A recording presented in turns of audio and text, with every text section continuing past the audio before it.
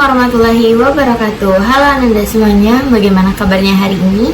Semoga tetap dalam keadaan sehat dan semangat untuk belajar ya.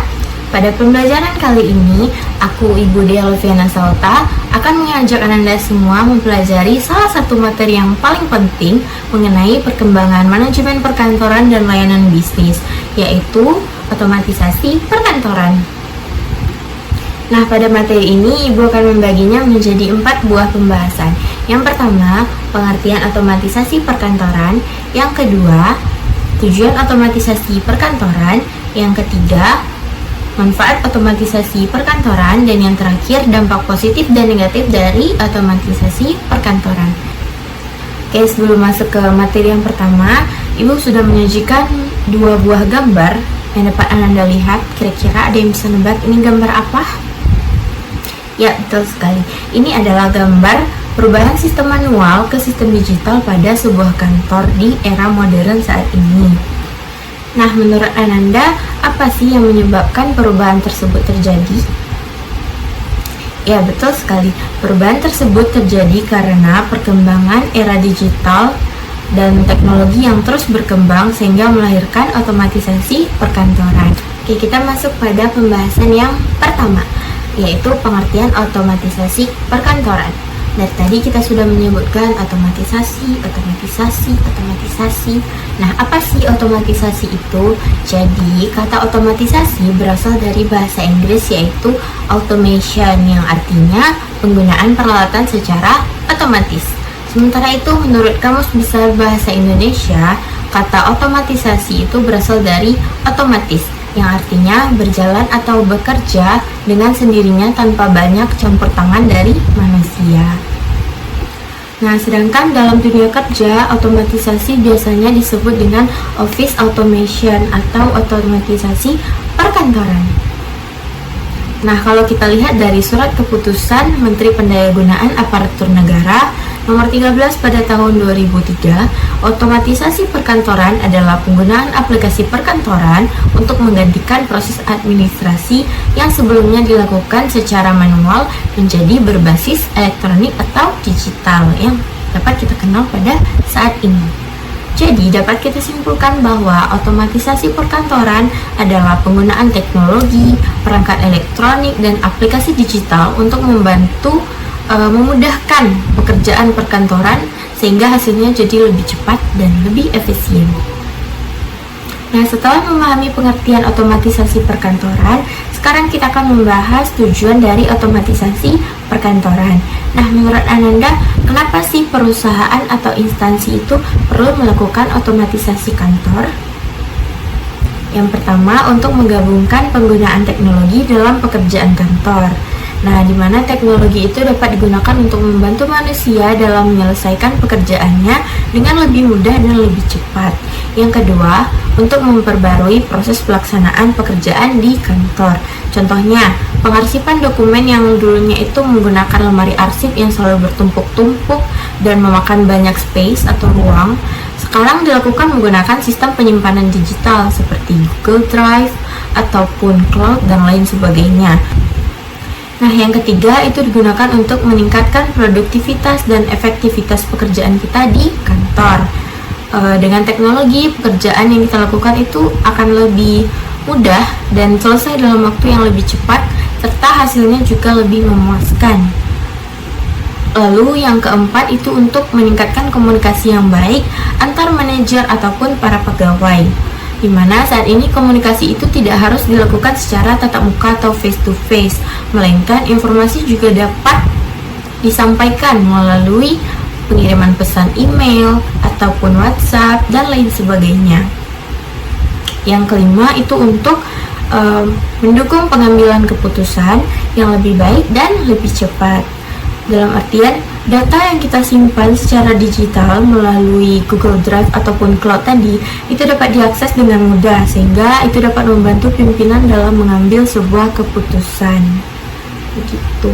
Nah, dari tujuan tersebut dapat kita pahami bahwa otomatisasi perkantoran tidak hanya tentang penggunaan teknologi saja, melainkan juga tentang bagaimana teknologi itu dapat membantu kualitas kerja dari staf dan pegawai dalam kegiatan sehari-hari di kantornya. Nah, selain memiliki tujuan, otomatisasi perkantoran juga memiliki manfaat yang sangat banyak. Yang pertama, membantu menjalin relasi yang lebih baik. Nah, dalam teknologi komunikasi seperti email, video conference, melalui Google Zoom atau Google Meet, ataupun aplikasi pesan instan seperti WhatsApp dan lain sebagainya, itu kita bisa berkomunikasi tanpa harus bertemu secara langsung. Contohnya, sebuah perusahaan yang ada di Padang, lalu mereka memiliki mitra yang ada di Jakarta. Nah, mereka dapat berkomunikasi ataupun rapat melalui Google Meet ataupun platform digital lainnya, sehingga mereka tidak harus bertemu secara langsung. Sama seperti Ananda, misalnya ketika Ananda bersekolah di Kota Padang, sekolah kita saat ini, namun orang tua Ananda ada di Bengkulu. Nah, Ananda tidak harus bertemu secara langsung untuk melakukan komunikasi. Ananda bisa memanfaatkan aplikasi seperti WhatsApp dan lain sebagainya untuk tetap berkomunikasi dengan keluarga ataupun orang tua Ananda. Manfaat kedua yaitu membantu dalam pemecahan masalah. Nah, karena informasi dapat diperoleh dengan cepat, maka ketika suatu perusahaan itu mengalami sebuah masalah, maka masalah itu akan cepat diselesaikan dan cepat diketahui. Contohnya, apabila terjadi kesalahan pada dokumen seperti surat, nah itu misalnya ada kesalahan seperti penulisan tanggal dan lain sebagainya, maka kita dapat melihat secara langsung, kita bisa lihat cepat nih, oh ini tanggalnya salah nih gitu. Nah, itu kita dapat langsung mengubahnya. Berbeda dengan sistem pada sebelumnya, yang mana sistem manual. Nah, ketika surat itu diketik melalui mesin ketik, nah terdapat kesalahan tipu ataupun kesalahan tanggal. Nah, itu kita harus ngulang ngetik dari awal, sehingga itu tidak efisien dan memakan waktu dan biaya yang lebih lama. Biayanya juga gede karena kertasnya kan terbuang banyak, apalagi kalau tipenya berkali-kali. Nah, itu kertasnya juga sayang dibuang gitu. Nah, manfaat yang ketiga yaitu memperlancar layanan bisnis. Maksudnya, semakin cepat pelayanan diberikan kepada pelanggan, maka semakin besar juga peluang sebuah perusahaan itu untuk berkembang dan akan mendapatkan loyalitas dari pelanggan. Oleh karena itu, banyak perusahaan saat ini berlomba-lomba melakukan otomatisasi perkantoran supaya mampu memberikan pelayanan yang lebih baik lagi kepada pelanggan ataupun kepada masyarakat. Oke, selanjutnya kita akan membahas dampak dari otomatisasi perkantoran. Nah, Ananda, setiap perkembangan teknologi itu pasti akan membawa dampak positif dan dampak negatifnya juga. Yang pertama, kita akan membahas mengenai dampak positifnya, yaitu penanganan informasi menjadi lebih mudah, di mana data yang sudah kita buat dan kita simpan itu dapat dicari dengan sangat mudah dan cepat menggunakan komputer. Lalu yang kedua, kesalahan-kesalahan itu dapat diselesaikan dengan cepat seperti typo dalam pengetikan surat yang Ibu katakan tadi. Yang ketiga, itu dapat memunculkan kesempatan pekerjaan baru. Nah, dalam artian perkembangan teknologi juga dapat memunculkan lapangan pekerjaan bagi kita semua, seperti administrator sistem, operator data, ataupun yang lainnya. Yang keempat, waktu kerja kita akan menjadi lebih cepat dan lebih efisien, di mana pekerjaan yang dulunya membutuhkan waktu yang berjam-jam dan sekarang dapat diselesaikan dalam hitungan menit. Yang kelima, itu membantu pekerjaan menjadi lebih ringan, di mana teknologi juga dapat membantu mengurangi pekerjaan rutin yang dilakukan oleh pegawai secara berulang-ulang. Dan yang terakhir yaitu pelayanan perkantoran menjadi lebih luas, di mana masyarakat dapat memperoleh layanan tanpa datang ke tempat tersebut. Misalnya seperti Ananda, ketika mau mendaftar ke sekolah kita ini, Ananda tidak harus datang langsung ke sekolah ini untuk melihat-lihat, wah di mana sih sekolahnya, apa aja fasilitasnya, di mana Ananda bisa lihat melalui website ataupun Instagram sekolah kita tanpa harus datang langsung ke sekolahnya. Oke, setelah kita membahas sisi positif, sekarang kita akan membahas sisi negatifnya. Yang pertama itu ketergantungan terhadap mesin, dimana apabila terjadi pemadaman listrik ataupun jaringan yang lelet, itu juga akan menghambat pekerjaan kita. Dampak negatif yang kedua yaitu memunculkan masalah pada kesehatan.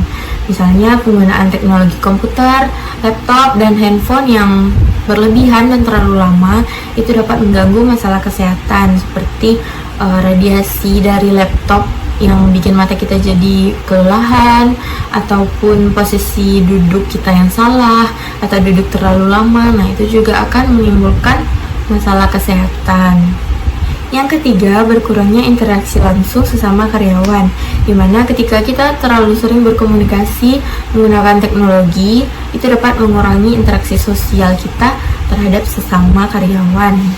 Lalu yang keempat, akan memunculkan biaya tambahan, di mana perusahaan harus mengeluarkan biaya lebih untuk melakukan pemeliharaan sistem, misalnya seperti update software atau membeli perangkat baru dan melakukan perawatan sistem dan lain sebagainya.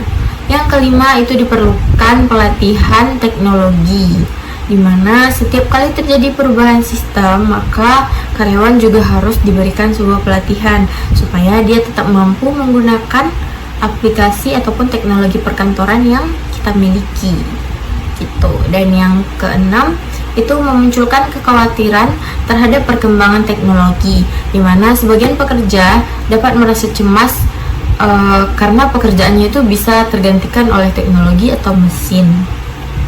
Dan yang terakhir, itu kadang terjadi ketidaksesuaian antara teknologi dan sumber daya manusia.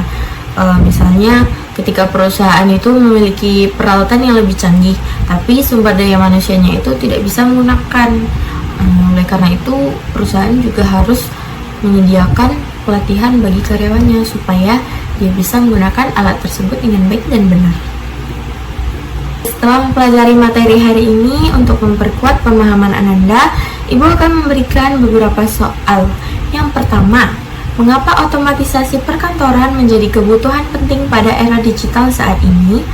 Yang kedua, apakah manfaat otomatisasi perkantoran lebih besar dibandingkan dengan dampak negatifnya? Dan yang ketiga, bagaimana cara memanfaatkan teknologi secara bijak supaya dampak negatifnya itu dapat diminimalisir atau diminimalkan? Nah, Ananda bisa jawab pertanyaan-pertanyaan Ibu tadi di kolom komentar. Nanti Ibu akan baca dan yang jawabannya paling tepat akan Ibu berikan nilai poin plus.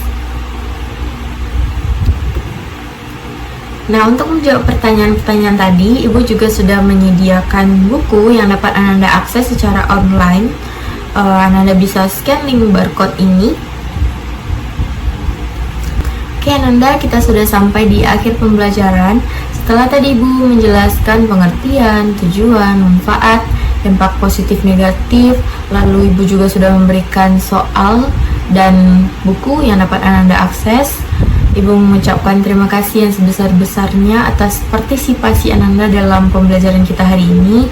Nah, untuk minggu depan kita akan mempelajari mengenai K3, yaitu kesehatan dan keselamatan kerja.